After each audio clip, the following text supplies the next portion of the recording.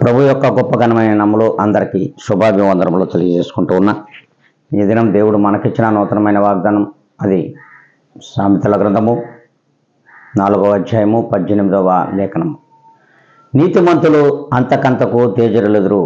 దేవుడు ఈ దినమున మనందరితో మాట్లాడుతూ ఉన్నాడు.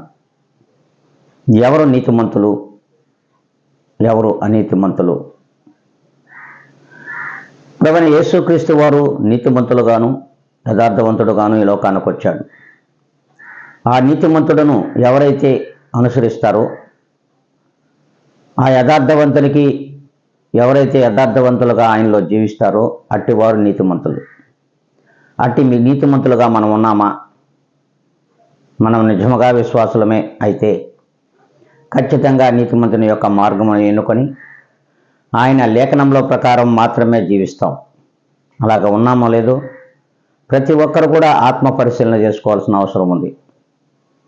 మరి అలా ఈ దినము నుండి మనం లేము అనుకున్నట్లయితే, మరి ఈ దినము నుండి అయినా ఉందాము అనుకున్నట్లయితే అందరూ కూడా తలలు వంచి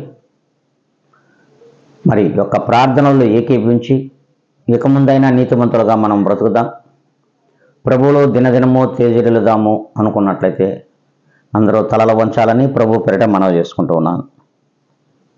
మహాపరిశుద్ధుడా, ప్రేమ నమ్మకము కలిగిన మా గొప్ప ఘనమైన తండ్రి, ఇదిగో నీ ప్రియమైనటువంటి విశ్వాసులమందరం కూడా మీ పాదముల దగ్గర మోకరెళ్ళి బ్రతిమలాడుకుంటూ ఉన్నాం. ప్రభువా, మీకు మాదిరిగారమగా నీతిమంతులుగా జీవించడానికి కృప చూపండి.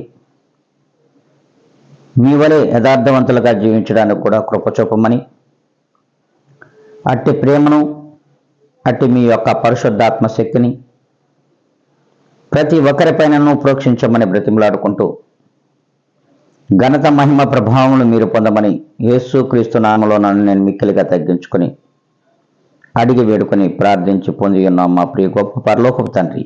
ఆమెన్.